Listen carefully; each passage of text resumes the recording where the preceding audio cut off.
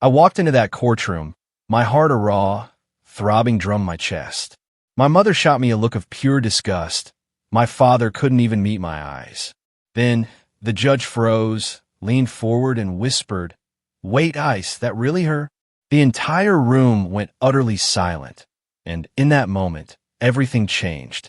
"Don't embarrass us," my mother hissed, her voice a low, venomous whisper as we pushed through the heavy courthouse doors. "Just stay quiet and let the real lawyers handle this." My jaw clenched, but I didn't dignify that with a response. I kept walking, each click of my heels against the polished marble floor a beat of the confidence I'd spent years painfully building.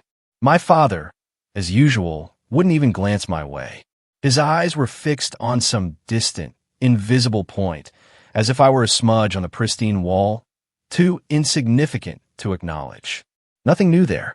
My name is Anna, and I'm 31 years old. For most of my life, I've been the family disappointment, the dropout, the failure, the daughter they conveniently forgot existed whenever relatives asked about their children. We were in a courtroom in Omaha, Nebraska, because my parents were trying to evict their tenant. Her name was Claire, and her unforgivable crime? She had the audacity to demand repairs before paying rent on a building that was quite literally falling apart. My parents owned 3 rental properties, all inherited from my grandfather, and they ran them like ancient feudal lords demanding their due. Claire had lived in one of their apartments for 2 years, always paying on time, until the ceiling started leaking and black mold bloomed in her daughter's bedroom. She'd reasonably withheld rent, insisting on repairs first. My parents' response was swift and brutal, an eviction notice. "She signed a contract," my mother had shrieked into the phone 2 weeks prior. "She doesn't get to just stop paying because she's picky about a little moisture." A little moisture. That's what she called black mold. A dangerous, insidious growth that was making a child sick. I'd only heard about the case through my younger sister, Melissa, who was 28 and still lived at home, still under their thumb. She'd mentioned it casually during one of our rare phone calls, completely unaware that I'd spent the last 7 years clawing my way through law school. I'd worked 3 jobs, slept in my car more times than I could count, and finally, miraculously, passed the bar exam. I did it all alone, without a single dollar or word of encouragement from them. They didn't even know I'd gone to college, let alone become an attorney. The day I walked out of their house at 19, my father had thrown my belongings onto the front lawn. "You're nothing," he'd roared, his face red with fury. "You'll never amount to anything without us." My mother had stood in the doorway, arms crossed, a cruel smirk on her face. "Don't come crawling back when you fail." I hadn't, not even when I was sleeping in my beat-up car behind a grocery store, surviving on vending machine snacks. I didn't go back, even when I was so exhausted from working overnight shifts that I could barely stay awake in class. I never asked them for help. I'd rather starve than swallow my pride and beg from people who'd made it so painfully clear I was worthless. Now, as we neared the courtroom, I watched my mother fuss with her expensive blouse, adjusting the perfect strand of pearls around her neck. Appearances. That's all she ever cared about. My father walked beside her in his impeccably tailored suit, the very picture of respectability. They'd proudly told everyone at their country club that they only had one daughter, Melissa, the receptionist, the obedient one, who still allowed them to control every aspect of her life. "I don't know why you even came," my mother muttered, her voice laced with annoyance, as we approached the courtroom doors. "This doesn't concern you." I just smiled, a small, private smile, and said nothing. Let them think I was merely an observer. Let them think I was still the broken girl they'd so carelessly thrown away. They had no idea what was coming. Inside the courtroom, the air was thick, heavy with unspoken anxiety. Claire sat at the defendant's table, her hands clasped so tightly her knuckles were white. She was a small woman in her 40s, her dress showing years of wear. Her eyes were red-rimmed, and the exhaustion etched into every line of her face was heartbreaking. This wasn't just about an apartment for her. It was about keeping a roof over her daughter's head, a roof that was literally caving in. My parents, smug and self-assured, took their seats on the plaintiff's side. My mother made a small, imperious gesture for me to sit in the gallery, behind them, where I belonged. I ignored her. I walked straight past, my gaze fixed on Claire's table. I could feel the burning intensity of my mother's eyes on my back. Could almost hear the frantic gears turning in her mind, trying to comprehend what I was doing. "Excuse me," I said quietly to Claire, setting my briefcase down. Her head snapped up. "I'm your attorney." Her eyes, already wide with worry, widened further. I couldn't afford an attorney. I was going to represent myself. "Consider this pro bono," I said, a small, vindicated smile touching my lips. "I've reviewed your case. You have every right to withhold rent until those repairs are made. Your landlords violated the implied warranty of habitability." Behind me, I heard my mother gasp a sharp, choked intake of breath. Then my father's voice cut through the silence, low and dangerous. "What the hell do you think you're doing?" I turned, slowly, deliberately. For the first time in 12 years, I looked my parents directly in the eye. "I'm doing my job." My mother's face went from an ashen pale to a furious scarlet. "You can't be serious. You're not a lawyer." "Actually," I said, pulling out my bar card and holding it up for them to see, I passed the bar exam 2 years ago. I've been working at a firm downtown, mostly handling tenant rights cases. This is exactly my area of expertise." My father surged to his feet, his hands clenched into fists. "This is ridiculous. You dropped out of community college. You're a homeless bum we threw out for being a waste of space." "I was homeless for a while, yes," I responded, my voice steady calm. "Thanks to you. But I worked my way through school. I graduated from college, then law school. I did it all without a single cent from you." Before my father could erupt further, the courtroom doors opened and the judge entered. Everyone scrambled to their seats. Judge Patricia Holbrook, a woman in her 60s with steely gray hair and a no-nonsense demeanor, commanded immediate respect. Even seasoned attorneys trembled slightly in her presence. Her gaze swept over the courtroom, pausing when it met mine, and I saw a flicker of recognition in her eyes. "Counsel," she said, her voice clear and authoritative. "Please approach." I walked up to the bench, my parents' high-priced attorney, a man named Gerald who charged $500 an hour, joining me. Judge Holbrook looked between us, then down at the papers in front of her. "I see we have representation for the defendant now." "Counselor Anna Thompson, Your Honor," I stated, my voice firm. "I'm representing Claire Mitchell in this matter." Judge Holbrook's eyebrows rose just slightly. "Anna Thompson. I thought that name looked familiar. Didn't you argue the Riverside Apartments case last year?" "Yes, Your Honor. You won that case, if I recall. The tenants got everything they asked for: repairs, rent reimbursement, and damages." "That's correct, Your Honor." She glanced at my parents, then back at me, and a subtle shift occurred in her expression. "This should be interesting. Let's proceed." As I walked back to my table, I caught my mother's expression, a horrifying mix of pure shock and disbelief. My father looked as though he'd been physically assaulted. Melissa, sitting just behind them, had her hand clapped over her mouth, her eyes wide with dawning comprehension. I sat down next to Claire, who was staring at me like I had just walked on water. "Thank you," she whispered, tears welling. "I don't know how to thank you. Just tell the truth when you're asked questions," I told her softly. "That's all you need to do." Gerald stood first, presenting my parents' case. He painted Claire as a difficult tenant, looking for any excuse not to pay rent, making mountains out of molehills over minor maintenance issues. He showed photos of the apartment from years ago, pristine and clean, when it was first rented. "The plaintiffs have always maintained their properties to the highest standards," Gerald said smoothly, his voice dripping with condescension. "They are responsible landlords who simply want what they're owed, the rent that was agreed upon in a legally binding contract." When it was my turn, I rose and walked to the evidence table.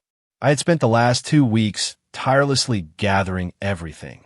Photos of the leaking ceiling, the rampant black mold, the broken windows that wouldn't close properly. Medical records explicitly showing Claire's daughter had developed severe respiratory problems directly linked to the conditions. Maintenance requests ignored for months. A city inspector's report that condemned parts of the building as uninhabitable.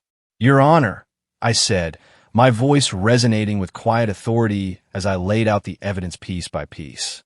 The defendant did not withhold rent out of spite or convenience. She withheld it because the apartment she was paying for had become a health hazard. Nebraska law is clear. Landlords must maintain properties in a condition fit for human habitation. When they fail to do so, tenants have the legal right to withhold rent until repairs are made. I walked the judge through every single violation, every ignored request, every broken promise. My parents had callously collected rent for months, knowing full well the building was a danger.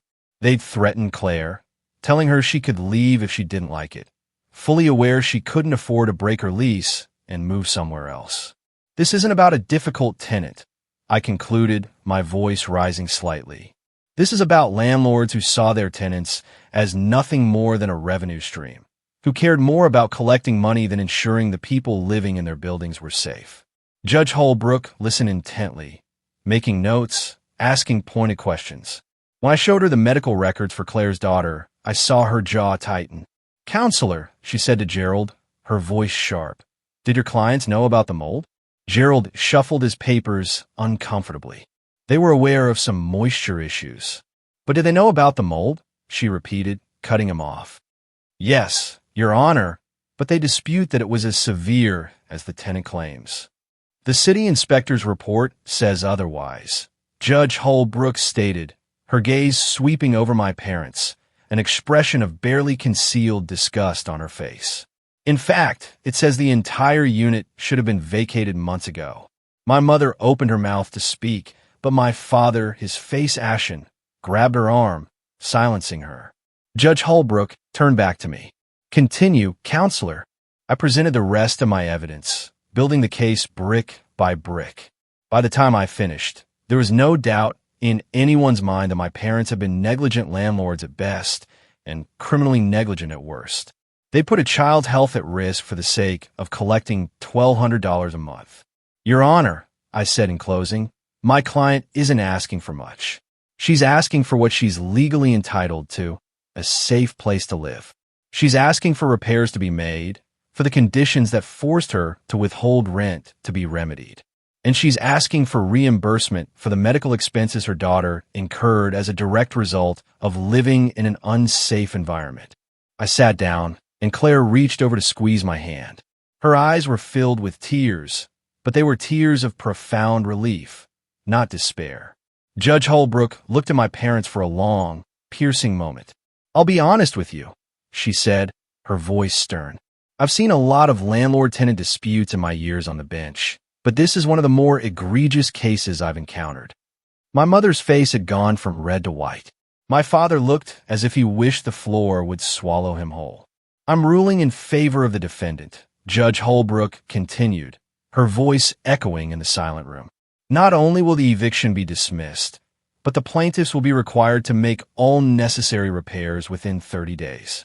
Additionally, they will reimburse the defendant for 3 months of rent and all medical expenses related to her daughter's respiratory issues. And just so we're clear, if these repairs aren't completed to code within the specified time frame, I will personally refer this case to the city for further action." She banged her gavel, a sharp, decisive sound, and it was over. Claire broke down sobbing, thanking me over and over. I helped her gather her things, walking her out of the courtroom while she clung to my arm like I was her lifeline. Behind us, I could hear my parents arguing furiously with Gerald, their voices hushed but venomous. Outside, Claire hugged me tightly. "You saved us," she choked out. "I don't know how I'll ever repay you." "You don't have to," I said gently. "Just take care of your daughter." She left, still crying, a weight lifting from her shoulders. I stood there for a moment, letting the monumental weight of what had just happened settle over me. 12 years. 12 years of being told I was worthless, of being treated like I didn't exist. 12 years of fighting every single day to prove I was more than what they said I was. And now, in one afternoon, I'd proven them wrong in the most public, undeniable way possible. I was gathering my things when I heard footsteps behind me. I turned to find my mother standing there, her face contorted with a grotesque mask of rage. "How dare you?" she spat, her voice barely controlled. How dare you humiliate us like that? I did my job, I said calmly, meeting her furious gaze. Your job? You call destroying your own family your job. You're not my family, I said, the words coming out flat, emotionless, an undeniable truth. You stopped being my family the day you threw me out with nothing. My father appeared beside her, his face purple with barely contained fury. You ungrateful little, I'm not the one who should be ashamed here. I cut him off, my voice steely. You put a child's health at risk because you were too cheap to fix a leaking roof. You're lucky Judge Holbrook didn't refer you for criminal charges. We raised you, my mother cried, her voice cracking now, tears of self-pity springing to her eyes. We gave you everything. I laughed then, a bitter, hollow sound that echoed in the empty hallway. You gave me nothing. Everything I have, I earned on my own. And you know what? I'm glad you threw me out, because it taught me exactly who you are, people who care more about money and appearances than about doing what's right. I walked past them, my head held high, leaving them standing there in their expensive clothes, their pride utterly shattered. But even as I walked away, I knew this wasn't over. My mother never let anything go, and neither did my father. I drove back to my office in a daze, replaying every single scene in my head. The look on Judge Holbrook's face when she recognized me, the horror in my parents' eyes when they realized I wasn't the failure they'd convinced themselves I was, the overwhelming gratitude in Claire's voice. It all felt surreal, like I was watching someone else's life unfold on a screen. My firm, Kestrel and Associates, was located in a renovated warehouse downtown. It wasn't fancy, exposed brick secondhand furniture, mismatched coffee mugs in the break room, but it was home. Diane Kestrel, the senior partner, had given me my first real break after I passed the bar exam. She'd seen something in me during the interview, something that made her willing to take a chance on a woman with no connections and a resume that quietly included lived in a car as a gap year experience. I've been working there for 2 years, taking on cases bigger firms wouldn't touch: tenant rights, workers' compensation, disability claims. The kind of law that didn't make anyone rich, but profoundly helped people who desperately needed it. Diane always said we were in the business of leveling playing fields, and I believed her. This job had given me purpose, had shown me that everything I'd suffered through had been worth it if I could use it to help others. When I walked into the office, Diane was waiting in the conference room. She waved me over, and I could tell from her expression that she'd already heard about the courtroom victory.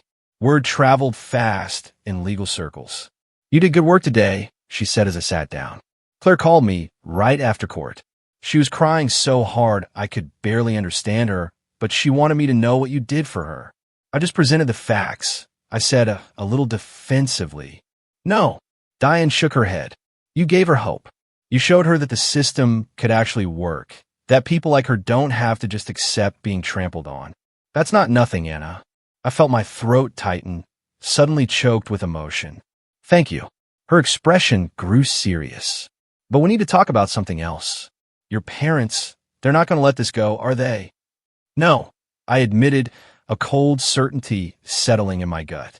They're not. Do you think they'll retaliate? I know they will. I thought about the pure, incandescent rage in my mother's eyes, the deep humiliation. They'll try to discredit me. They'll try to ruin my reputation. They have money and connections. They'll use both. Diane was quiet for a moment, her gaze thoughtful. We'll deal with it when it comes. But Anna, you need to be prepared. People like your parents, when they feel cornered, they can be dangerous. Not physically, necessarily, but they'll go after everything you've built. I know, I said, my resolve hardening. But I couldn't just stand by and watch them hurt people. Not anymore. I understand, she said, a hint of admiration in her voice. And for what it's worth, I'm proud of you. What you did today took real courage. After Diane left, I sat in the conference room alone, staring out the window at the Omaha skyline. The sun was setting, painting everything in shades of orange and gold. It was beautiful, but I couldn't shake the chilling feeling that a storm was coming. My phone buzzed with a text from Melissa. Mom and Dad are furious.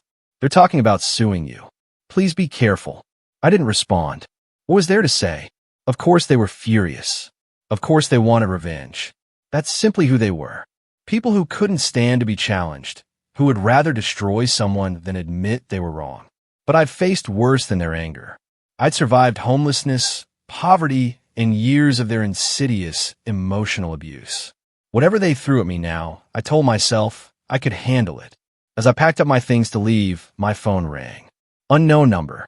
I almost didn't answer, but some strange instinct made me pick up. Anna Thompson, a man's voice asked. Yes. Who is this? My name is Henry Bradford. I was your grandfather's attorney. I need to speak with you about something urgent. Something your parents don't know about. My heart started racing, a frantic drumbeat against my ribs. What is it? Not over the phone. Can you meet me tomorrow morning? 9 a.m. at my office. Yes, I said, without hesitation. I'll be there. He gave me the address and hung up. I stood there holding my phone, my mind spinning. What could my grandfather's attorney want after all these years? My grandfather had died 12 years ago, his estate settled and distributed. What could possibly be urgent now? I had a terrible feeling I was about to find out, and something told me it was going to change everything. If you're still hooked on this roller coaster of a story, make sure you hit that subscribe button. Trust me, it only gets wilder from here. Henry Bradford's office was in an elegant, old downtown building, the kind with polished marble floors and gleaming brass fixtures that whispered of the 1920s. I arrived at 9 a.m. sharp, my stomach a knot of nervous anticipation. The receptionist, a kind-faced woman, led me to a corner office. Henry sat behind a massive oak desk, surrounded by towering stacks of file cabinets and ancient, leather-bound law books. He was in his 70s, with kind eyes magnified behind wire-rimmed glasses and a shock of white hair. He stood as I entered, extending a hand. Anna, thank you for coming on such short notice. You said it was urgent, I replied, shaking his hand, my voice a little breathless. What's this about? He gestured for me to sit, then pulled a thick, aged folder from a desk drawer. I was your grandfather's attorney for 40 years. When he passed, I handled his estate exactly according to his wishes. But there was one provision in his will that was kept sealed, a provision that could only be opened under very specific conditions. My pulse quickened, a frantic bird fluttering in my chest. What kind of provision? Your grandfather loved you very much, Anna. Henry said, his voice gentle. He saw how your parents treated you, and it broke his heart. So, he made arrangements to protect you. Henry opened the folder and slid a document across the desk. He established a trust fund in your name, $50,000, to be released when you turned 30 or when you obtained a professional degree, whichever came first. I stared at the document, words failing me. $50,000. It was more money than I'd ever had, more than I'd ever even dared to dream of. You passed the bar exam 2 years ago, Henry continued, a small smile playing on his lips. That met the conditions. The money has been sitting in trust, accumulating interest. It's now worth nearly $60,000. Why didn't you tell me sooner? My voice was barely a whisper. Your grandfather's instructions were explicit. The trust was to remain completely confidential until you met the conditions. He didn't want your parents to know about it, didn't want them to interfere or try to claim it for themselves. He knew them too well. I thought about my grandfather, the quiet, gentle man who'd always had a kind word for me when my parents only had scorn. He had been the only one who believed I could be something more than what my parents said I was. There's something else, Henry said, pulling a yellowed envelope from the folder. Your grandfather wrote you a letter. He asked me to give it to you when the time came. My hands trembled as I opened it. Inside, a single sheet of paper covered in my grandfather's familiar, careful handwriting. Dear Anna, if you're reading this, then you've done what I always knew you could do. You've made something of yourself despite everything they've thrown at you. I'm proud of you. Even though I won't be there to tell you in person, I know your parents have made your life difficult. I've watched them favor your sister, watched them tear you down whenever you try to rise. It broke my heart, but I couldn't change them. All I could do was try to give you a foundation to build on. This money isn't a solution to all your problems, but it's a start. Use it wisely. Build the life you deserve. And remember, You are worth more than they will ever understand. There's one more thing I need you to know. I was planning to change my will completely to leave you half of everything. Half the properties, half my savings. You deserved it more than they did. But I ran out of time. Be careful, Anna. Your parents are not good people. They care more about money than anything else, even family. Don't let them destroy you. You're stronger than they are. Love always, Grandpa. Tears streamed down my face as I finished reading. My grandfather had wanted to give me more. He'd been planning to change his will to make sure I was truly taken care of, but he died before he could do it. There's something else you should know, Henry said gently, his voice soft. The week before your grandfather died, your mother came to see me. She was asking questions about his will, about whether he'd made any recent changes. He paused, his gaze fixed on mine. I didn't tell her anything, of course. Client privilege. But she was very persistent, very concerned about the estate. A cold, icy chill snaked down my spine. You think she knew he was planning to change the will? I can't say for certain, Henry mused, choosing his words carefully. But the timing was suspicious. Your grandfather was in perfect health 1 week, and the next week he was dead. Heart failure, they said, but he just had a physical exam, and his doctor told him he had the heart of a man 20 years younger. What are you saying? I whispered, my voice barely audible. Henry leaned back in his chair, his eyes unwavering. I'm saying that when someone stands to lose a significant inheritance, they might do things they wouldn't otherwise do. I'm saying that your grandfather's death was very convenient for your parents. And I'm saying that if you look closely at the circumstances, you might find some questions that were never properly answered. My mind was reeling. Was he suggesting what I thought he was suggesting? That my parents had something to do with my grandfather's death?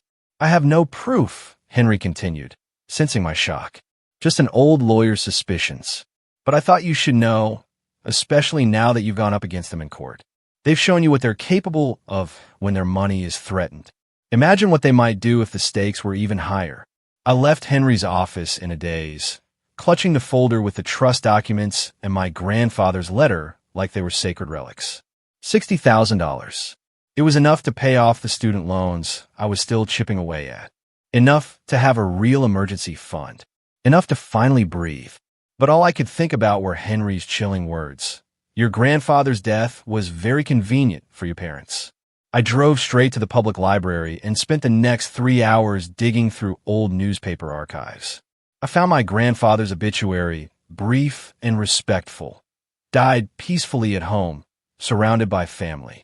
But there was another, smaller article a week later. A letter to the editor from my grandfather's longtime physician, Dr. Russell Hayes, expressing shock at the sudden death of a patient he'd just examined and declared perfectly healthy. I found Dr. Hayes' contact information and called his office. He'd retired 5 years ago, but the receptionist gave me his home number. When I called, he answered on the third ring. Dr. Hayes, my name is Anna Thompson. I'm calling about my grandfather, James Thompson. You were his doctor. There was a pause on the other end of the line. James Thompson. Yes, I remember him. A good man. His death was such a shock. Can I ask you something? I pressed, my voice tight. You wrote a letter to the newspaper saying you were surprised by his death. What? Another pause. Longer this time. Are you asking as his granddaughter? Or in some other capacity? I'm an attorney, and I have reason to believe there might have been something suspicious about his death. Meet me at Elmwood Park in an hour, Dr. Hayes said abruptly. There's something you need to know. Dr. Hayes was sitting on a bench near the pond when I arrived, methodically feeding breadcrumbs to the ducks. He was in his 80s now, with stooped shoulders and liver-spotted hands, but his eyes were sharp and alert. Thank you for meeting me, I said, sitting beside him. He didn't look at me, just kept tossing breadcrumbs. I've carried this guilt for 12 years. Maybe it's time to let it go. What guilt? I asked, my heart pounding. Your grandfather came to see me 2 days before he died. He was concerned about some symptoms he'd been having, nausea, dizziness, tingling in his extremities. I ran some tests, but the results wouldn't be back for a week. I told him it was. Probably nothing. Maybe a virus. I sent him home. What were the test results? They showed elevated levels of digoxin in his blood.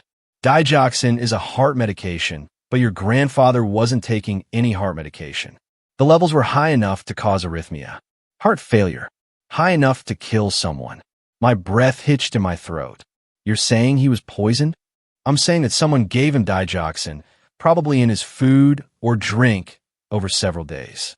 By the time the test results came back, he was already dead. I went to the police, but they said there wasn't enough evidence to open an investigation. The medical examiner ruled it natural causes, heart failure. They said the digoxin in his system could have been a false positive or residue from some other medication. Without an autopsy showing clear poisoning, they wouldn't pursue it. Why didn't you push harder? I asked, my voice edged with disbelief. Dr. Hayes finally looked at me, and I saw deep shame in his eyes. Your father came to see me. He said the family wanted to remember James peacefully, without the trauma of an investigation. He said it would destroy your grandmother to think someone had hurt him, and he offered me money, a lot of money, to let it go, to accept the medical examiner's ruling and move on. You took the money. It wasn't a question.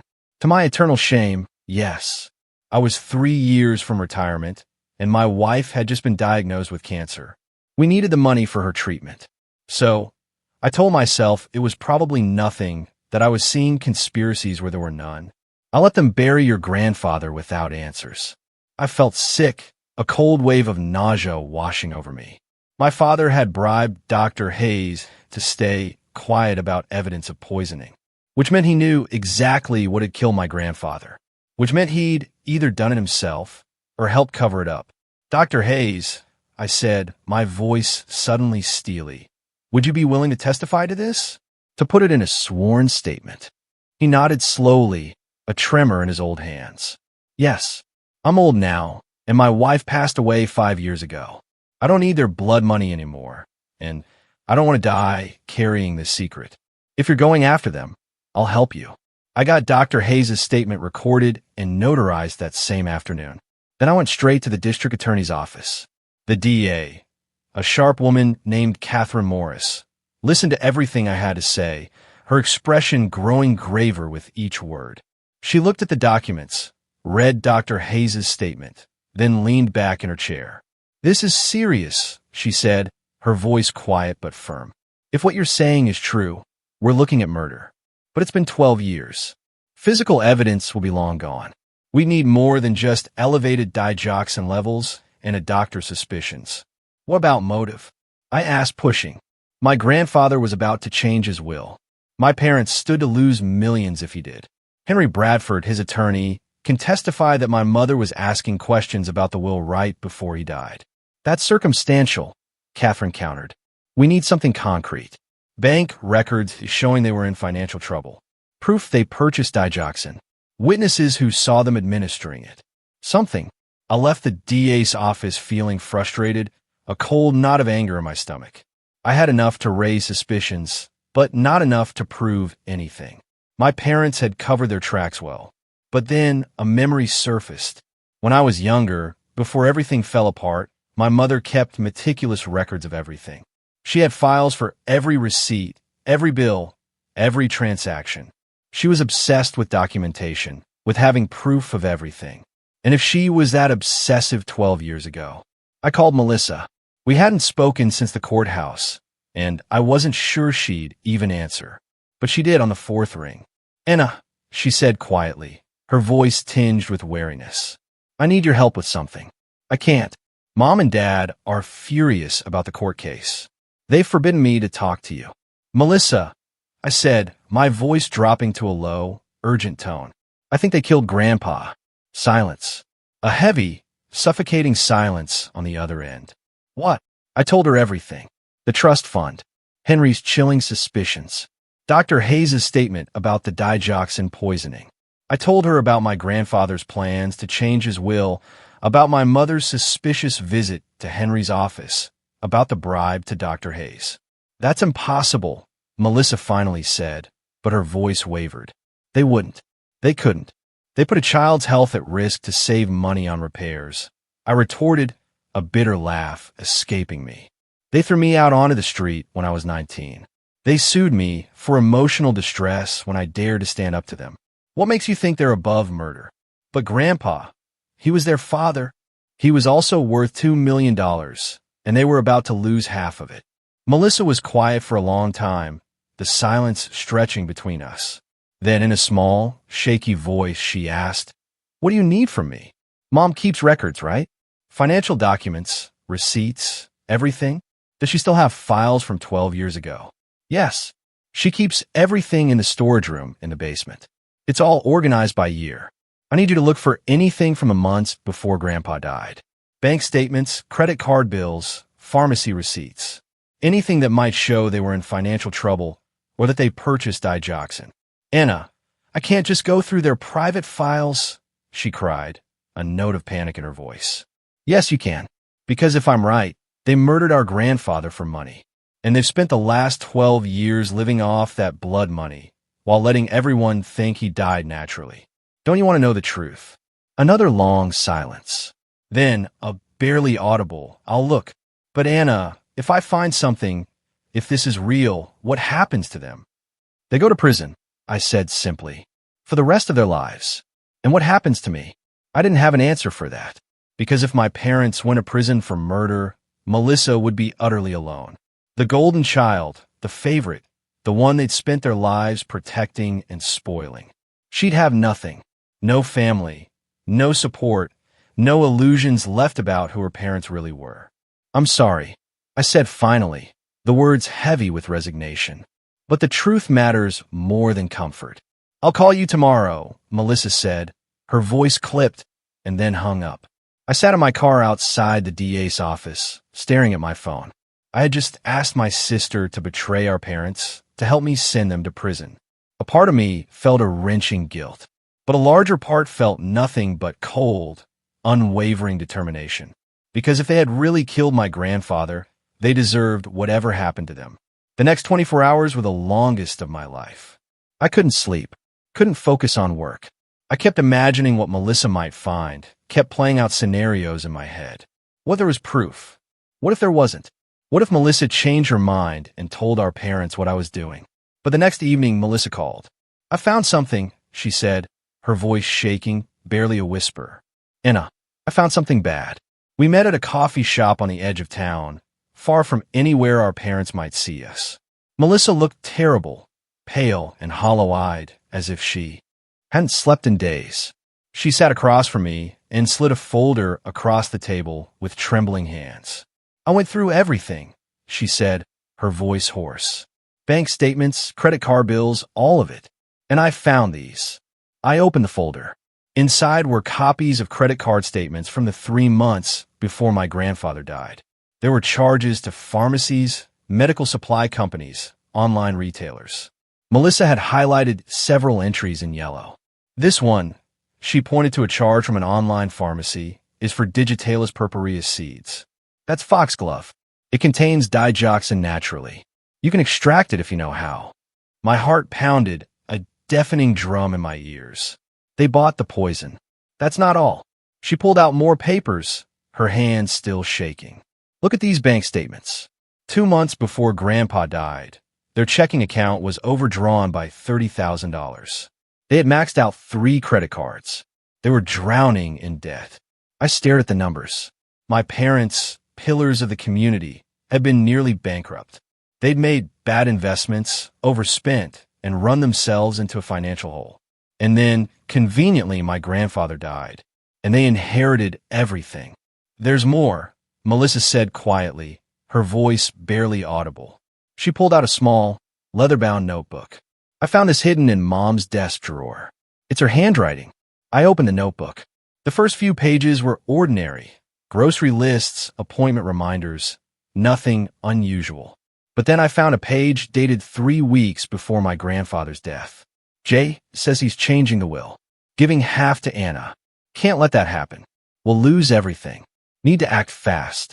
My hands shook violently as I turned the page. "Research shows digoxin hard to detect. Natural compound, could look like heart failure. Jay takes tea every morning. Easy to add to tea."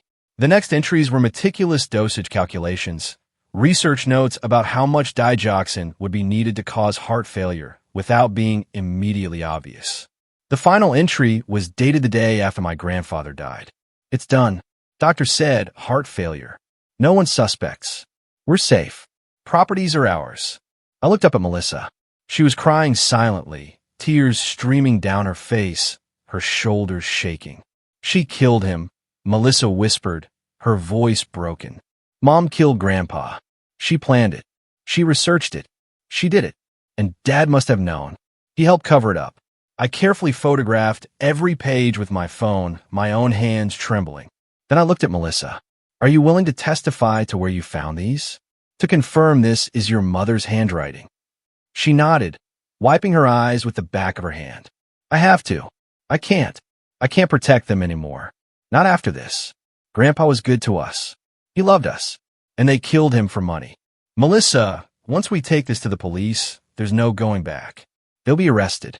They'll go to trial. Everything will come out. I know. Her voice was small, but steady, resolute. But it's the right thing to do. You taught me that in the courtroom when you stood up for Claire. You showed me what it means to do the right thing, even when it's hard, even when it costs you something. I reached across the table and squeezed her hand, a silent promise. Thank you. I know this isn't easy.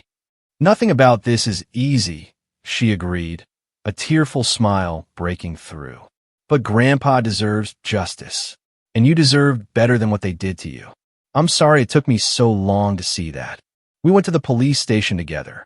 Catherine Morris, the DA, was called in, even though it was after hours. We laid out everything. The trust fund documents, Dr. Hayes' sworn statement, the financial records, the damning notebook. Catherine's expression grew darker, more grim, with each piece of evidence. This is enough, she said, her voice laced with grim satisfaction. Finally, we can get a warrant. We'll arrest them tonight. Tonight. Melissa's voice cracked, a desperate plea. The longer we wait, Catherine explained, her gaze firm, the more chance they have to destroy evidence or flee. If they realize what's happening, they might run. We need to move fast. 2 hours later, I sat in Catherine's office, watching through a monitor as police officers arrived at my parents' sprawling, opulent house. Melissa sat beside me, gripping my hand so tightly it hurt. We watched our mother answer the door in her expensive silk robe, watched her face morph from sleepy confusion to stark horror as the officers read her rights. We watched our father try to bluster his way out of it, his usual arrogance crumbling. Watched him being handcuffed, his tailored suit suddenly looking pathetic as he was led to a patrol car. It's real, Melissa whispered, her voice trembling. It's really happening. I felt numb. All those years of being told I was worthless, of being thrown away like garbage. It all came from people who were capable of murder. People who had killed a kind old man because he wanted to make sure I was taken care of. The arraignment was set for the next morning. Catherine had enough evidence for charges of first-degree murder, evidence tampering, and fraud. Bail was set at $2 million, exactly the amount they'd received from my grandfather's life insurance policy. They couldn't pay it. They'd spent most of the money already, and their remaining assets were frozen pending investigation. My parents, the pillars of the community, would sit in jail awaiting trial. The news spread like wildfire. Within 24 hours, every local station was covering the story. Prominent landlords arrested for murder. Woman discovers parents killed grandfather. 12-year-old murder case reopened. My face was everywhere, and so was Melissa's. The press painted me as the heroic daughter who'd uncovered the truth, and my parents as monsters who'd literally gotten away with murder for over a decade. My firm was flooded with calls. Some were from my parents' former tenants, wanting to share their own harrowing stories of abuse and negligence. Others were from attorneys offering support, a few from news outlets clamoring for interviews. But one call stood out. It came 3 days after my parents' arrest from a lawyer representing Claire, the tenant I defended in court. Anna, you need to know something, the lawyer said, his voice grave. After your parents were arrested, 3 other tenants came forward. They all had similar stories. Unsafe conditions, threats, intimidation. But one of them, a man named Thomas, said your father threatened him last year. Told him if he didn't drop his complaints about a broken furnace, he'd end up like your grandfather. Thomas thought it was just a figure of speech. I finished, my voice cold. But now it sounds like a confession. Exactly. Thomas is willing to testify. This could strengthen the prosecution's case even more. I thanked the lawyer and hung up, a fresh wave of nausea washing over me. My father had practically admitted to murder, had used my grandfather's death as a veiled threat. The sheer arrogance of it, the absolute certainty that they'd gotten away with it and would never be caught. It made me sick to my core. That evening, Melissa and I met at my apartment. She'd moved out of our parents' house, staying with a friend while she tried to piece her life back together. She looked utterly lost and broken, but there was something else in her eyes, too, a kind of clarity she'd never possessed before. I keep thinking about all the signs I missed, she said, her voice small. Or maybe I didn't want to see them. The way they talked about Grandpa after he died, like they were relieved more than sad. The way they spent money so freely right after the inheritance came through. How they always discouraged me from asking questions about his death. You were young, I said softly, reaching for her hand. And they were your parents. You trusted them. I shouldn't have. I should have questioned things. Should have stood up for you when they kicked you out. Should have done a lot of things differently. She looked at me, tears welling in her eyes. Can you forgive me? There's nothing to forgive, I insisted, squeezing her hand. You were caught in their web, too, just in a different way. They manipulated you, used you, but you broke free. That's what matters. She nodded, wiping her eyes. What happens now? Now we wait for trial. We testify. We make sure they never hurt anyone else again. I paused, then reflected. And after that, after the trial, after justice was served, what would be left? Melissa and I would have each other, yes. But we'd never have a family the way other people did. We'd never have parents we could trust. No holidays without ghosts. No past we could look back on without flinching. But maybe that was okay. Maybe we could build something new, something better. Maybe we could be the family we'd never truly had. After that, I said, a faint hope stirring. We figure out how to move forward. Together. Melissa smiled, a fragile but genuine smile. Together, she repeated, a new resolve in her voice. Outside my apartment window, the sun was setting over Omaha.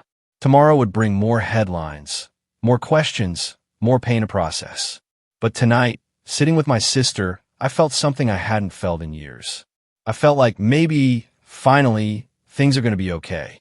The trial began 6 months later in a courtroom packed with reporters, former tenants, and curious onlookers. I sat in the front row with Melissa, both of us dressed in dark, conservative suits. Across the aisle, my parents sat with their attorney, a desperate-looking man named Frank who had taken their case only because no one else would touch it. My mother looked nothing like the polished woman who'd walked into the courthouse 6 months ago. Her hair had gone gray, her expensive clothes replaced with a drab orange jumpsuit. She'd aged a decade in jail. My father sat hunched beside her, defeated before the trial even started. Judge Holbrook presided, the same judge who'd ruled in Claire's favor. When she saw me, she gave a slight, almost imperceptible nod of acknowledgement. I nodded back. The prosecution's case was devastating. Catherine Morris laid out the evidence piece by piece, building an undeniable narrative of greed, premeditation, and cold-blooded murder. She presented the financial records, vividly illustrating my parents' desperate financial situation. She showed the notebook with my mother's unmistakable handwriting, her chilling research into digoxin, her cold, calculated notes on dosages and methods. Dr. Hayes testified about the elevated digoxin levels, about my father's bribe to keep him quiet. His voice shook as he admitted his complicity, as he apologized, tears in his eyes, for staying silent for so long. Several jurors wiped their eyes as he spoke, deeply moved. Henry Bradford, my grandfather's attorney, testified about my mother's suspicious visit, about her probing questions regarding the will. He explained how my grandfather had planned to change everything, to give me half his estate, to ensure I was protected. He read my grandfather's final wishes aloud, and my throat tightened with renewed grief and anger. Hearing those words again, the depth of my grandfather's love, it was almost unbearable. Thomas, the former tenant, took the stand and recounted my father's chilling threat. He said if I didn't shut up about the furnace, I'd end up like his father-in-law. Thomas, his voice clear, added, "I thought he was just being dramatic then. Now, I know he was confessing." When it was time for Melissa to testify, she walked to the stand with her head held high, her shoulders squared. She looked directly at our parents as she swore to tell the truth. "Please describe what you found in your mother's desk," Catherine asked, her voice gentle. Melissa's voice was steady, unwavering. "I found a notebook in her handwriting.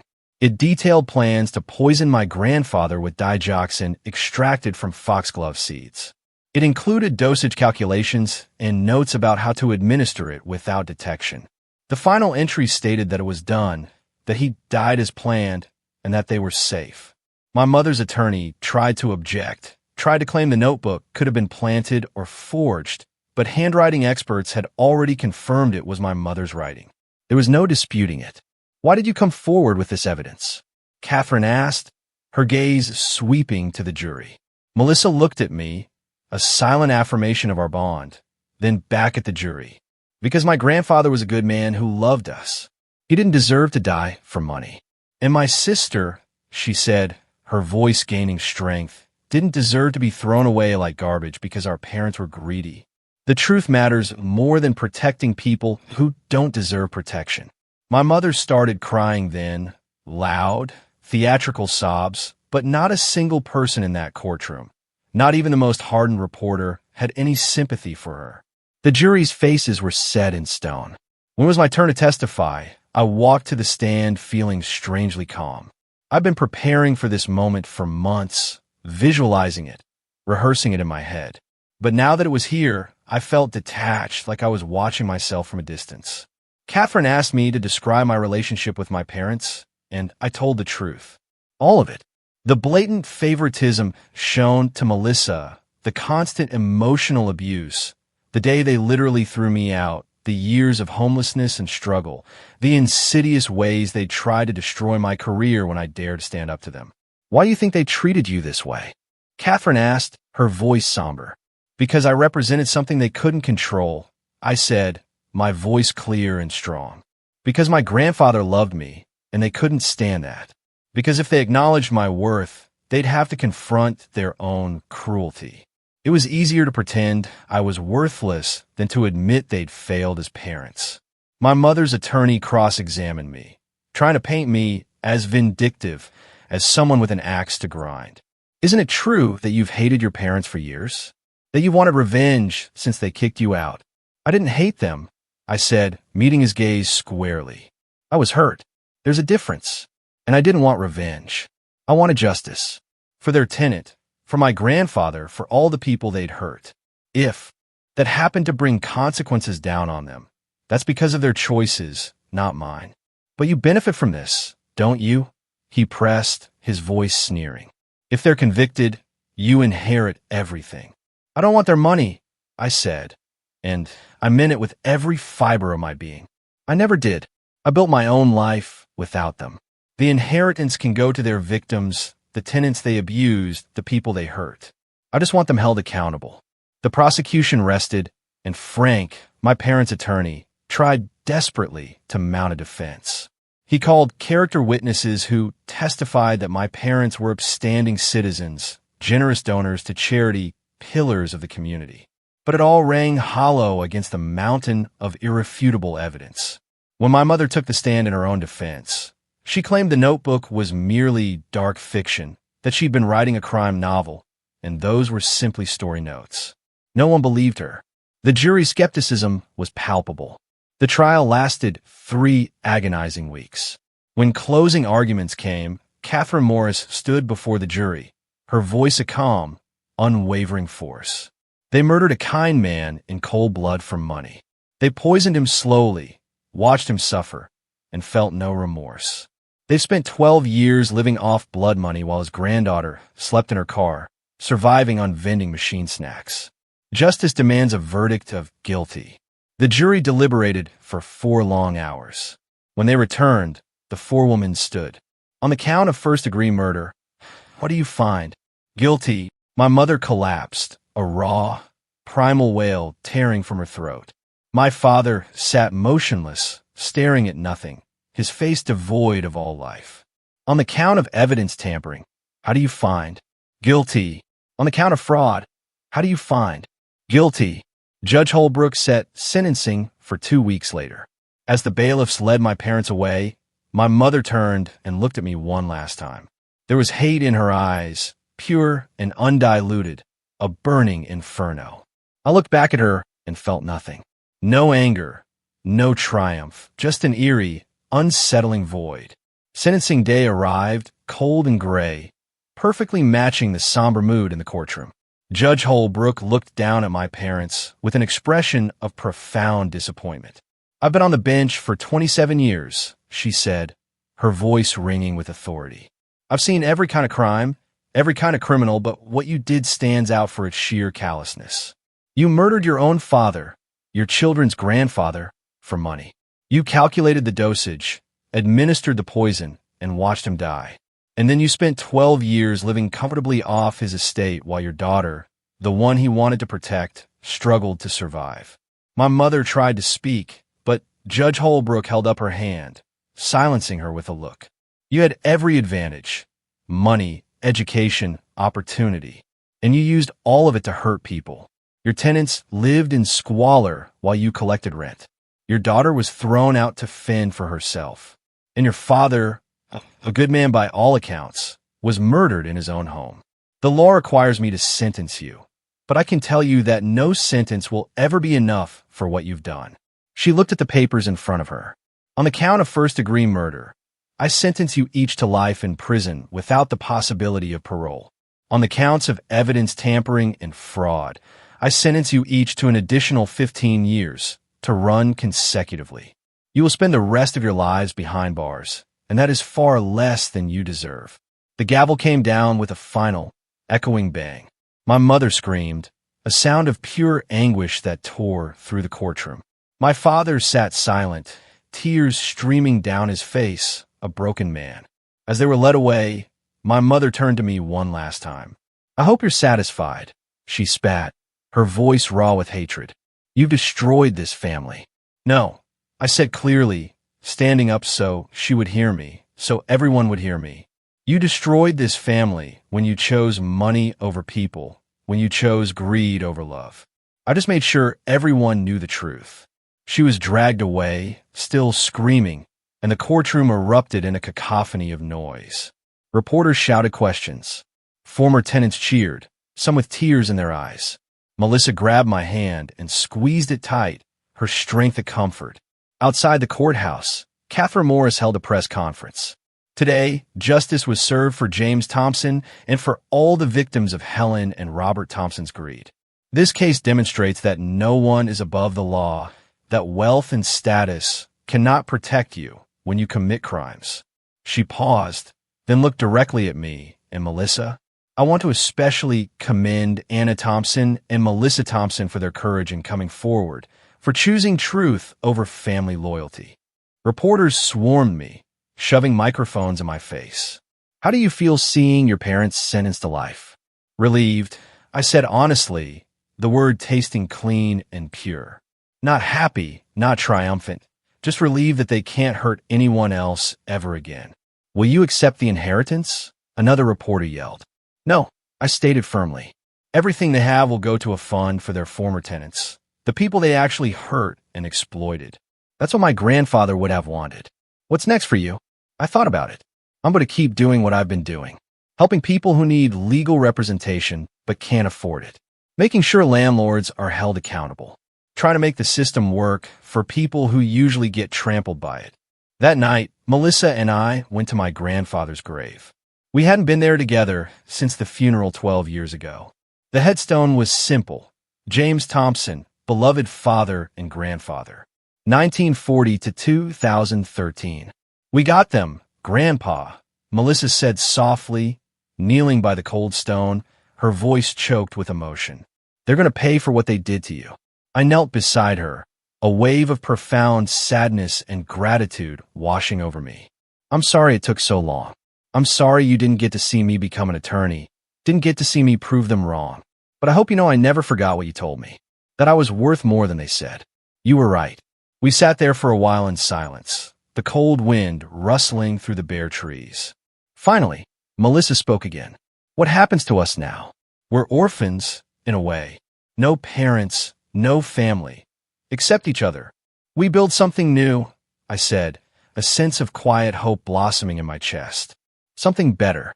We become the family we never had. I'd like that, she said, a real smile, fragile but genuine, touching her lips. I've been thinking about going back to school, maybe becoming a paralegal, working with you at the firm. Diane would love that, I said, a warmth spreading through me. We're always short-staffed. It's strange, Melissa mused, her gaze distant. I spent my whole life trying to be what they wanted, the perfect daughter, the obedient one. And it was all for nothing. They didn't really love me. They just loved that I was easy to control. They were incapable of real love, I said, firmly. That was their failing, not yours and not mine. We deserved better parents. Grandpa knew that. We left flowers on the grave, violets, his favorite. As we walked back to the car, I felt something shift inside me. The burning anger that had driven me for so long, the desperate need for vindication, the consuming desire to prove myself. It was fading. Not gone entirely, but quieter now. Manageable. Anna, Melissa said as we drove away, her voice heartfelt. Thank you for not giving up, for fighting, for showing me what courage looks like. You showed courage, too, I reminded her. Coming forward with that evidence, testifying against them, that took strength I'm not sure I would have had in your position. We were both strong, she said, a small, knowing smile on her face. Just in different ways. But we're stronger together. I smiled back, a real, full smile. Yeah, we are. The road ahead was long, uncertain, but for the first time in my life, I wasn't facing it alone. And that, truly, made all the difference. 3 months after the sentencing, I stood in the conference room at Kestrel and Associates, looking at the faces of 23 former tenants of my parents' properties. They'd all come at my invitation to learn about the restitution fund that had been established. The court has ordered the liquidation of all assets belonging to Helen and Robert Thompson. I explained, my voice steady. The 3 rental properties have been sold, personal assets, investments, everything. After legal fees and court costs, there's approximately $1.8 million remaining. That money will be divided among all verified victims, tenants who suffered due to unsafe living conditions, people who paid medical bills because of their negligence, anyone who was harmed by their actions. Claire, the woman whose case had started everything, raised her hand, her eyes shining with unshed tears. How much will each person get? It depends on the severity of harm and the documentation of damages. I answered, but we estimate between $30,000 and $70,000 per person. Some will get more if they can prove significant medical expenses or ongoing health issues. A man in the back stood up. That money should go to you. You're the one who brought them down. You sacrificed everything to get justice. I shook my head, a gentle smile on my face. I didn't do this for money. I did it because it was right. This money belongs to the people they hurt. I have my grandfather's trust fund. That's more than enough. The meeting continued for another hour, with people sharing their stories, some crying, some hugging each other. These are people who'd been victimized and silenced, who thought no one cared about their suffering. Now they were finally being heard, being compensated, being vindicated. After everyone left, Diane came into the conference room. That was a good thing you did, she said, her voice filled with admiration. A lot of lawyers would have taken a hefty portion as fees. I'm not interested in profiting from my parents' crimes, I said. Besides, I have enough. The trust fund paid off my loans and gave me a cushion. I don't need more. Speaking of which, Diane said, a twinkle in her eye, I have a proposition for you. I'm getting older, thinking about retirement in a few years. I'd like you to consider becoming a partner and eventually taking over the firm entirely. I stared at her, stunned. Are you serious? Completely. You're the best attorney I've ever trained. You care about the clients. You fight like hell. And you understand what it's like to be powerless. This firm needs someone like that at the helm. I don't know what to say. Say yes, Diane smiled. Think about it. We can discuss details later. That evening, I met Melissa for dinner at a quiet restaurant downtown. She'd started classes at the community college working toward a paralegal certificate. She looked healthier than I'd seen her in years, with color in her cheeks and a light in her eyes. "How was your day?" she asked. "Surreal," I admitted, a soft laugh escaping me. "I distributed almost $2 million to people our parents victimized, and Diane offered to make me a partner in the firm." Melissa's eyes widened. "That's incredible. Are you going to accept?" "I think so. It feels right, you know? Like everything I went through led to this." "Grandpa would be proud," she said softly, reaching across the table to take my hand. "You became exactly who he knew you could be." We ordered our food and talked about normal things. Her classes, my cases, whether we should adopt a cat for my apartment. It felt strange and wonderful to have a normal conversation with my sister, to have a relationship not poisoned by our parents' manipulation. "I saw them last week," Melissa said suddenly, her voice dropping. "At the prison." I slowly put down my fork. "Why would you do that?" "I needed closure, I guess. Needed to see them one more time." She took a shaky breath. "Mom tried to guilt-trip me. Said I betrayed the family. Dad just cried and said he was sorry. But neither of them actually took responsibility. Even now, even after everything, they can't admit they were wrong." "Some people never do," I said, a deep sadness in my voice. "They're too broken, too lost in their own choices. But that's not your burden to carry anymore." "I know." She smiled, a glimmer of peace in her eyes. "I'm not going back. That was goodbye for good this time." We finished dinner and walked through downtown Omaha, passing the old courthouse where this had all started. I thought about that day 6 months ago, walking into that courtroom expecting nothing, only to change everything. I thought about my mother's disgust, my father's dismissal, surprise when she recognized me. I thought about how far I'd come from a 19-year-old sleeping in her car, from a girl told she'd never amount to anything. "Do you ever wish things had been different?" Melissa asked, breaking my reverie. "That we'd had normal parents, a normal childhood?" "Sometimes," I admitted, "but then I think about who I became because of what I went through. The empathy I have for people who are struggling, the drive to fight for justice, the understanding that systemic problems hurt real people. Would I have that if I'd grown up comfortable and privileged? I don't know. So, you're saying you're grateful for the trauma?" Melissa raised an eyebrow, a hint of her old sarcasm. I laughed. "No, I'm saying I'm grateful for who I became in spite of it. There is a difference." We stopped at a coffee shop, the very same one where Melissa had first shown me the evidence of our grandfather's murder. So much had changed since that day. So much had been revealed, destroyed, rebuilt. "I have something for you," Melissa said, pulling an envelope from her purse. "I've been holding on to this. It's another letter from Grandpa. Henry Bradford gave it to me after the trial. He said Grandpa wanted you to have it when everything was settled." My hands trembled as I opened the envelope. "Dear Anna," it began in his familiar, steady script. "If you're reading this, then you've uncovered the truth about my death.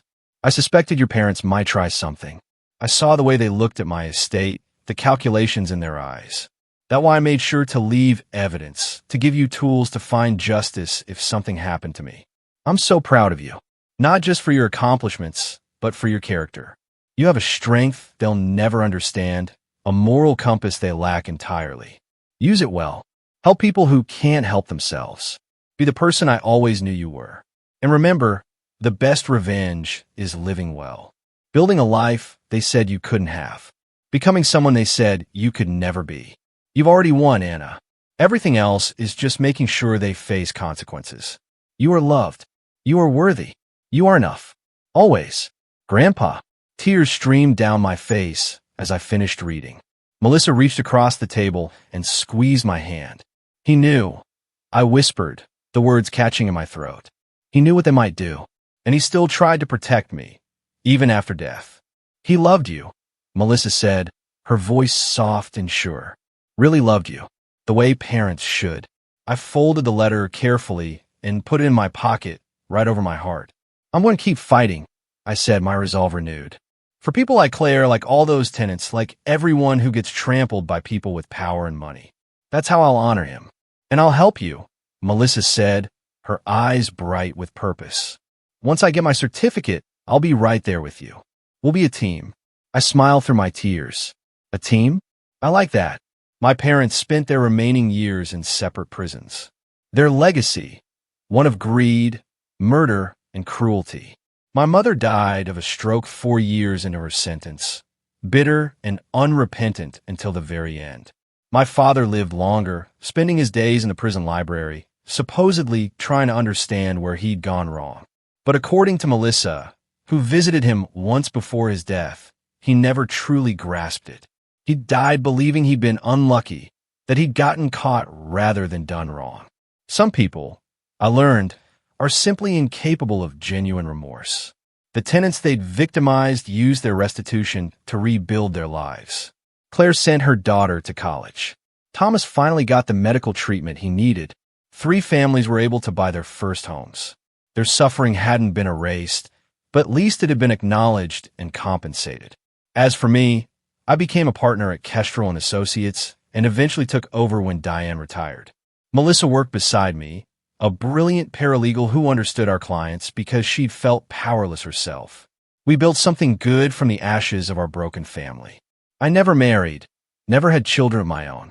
My family was the people I helped, the justice I fought for, and the sister who'd found her courage when it mattered most.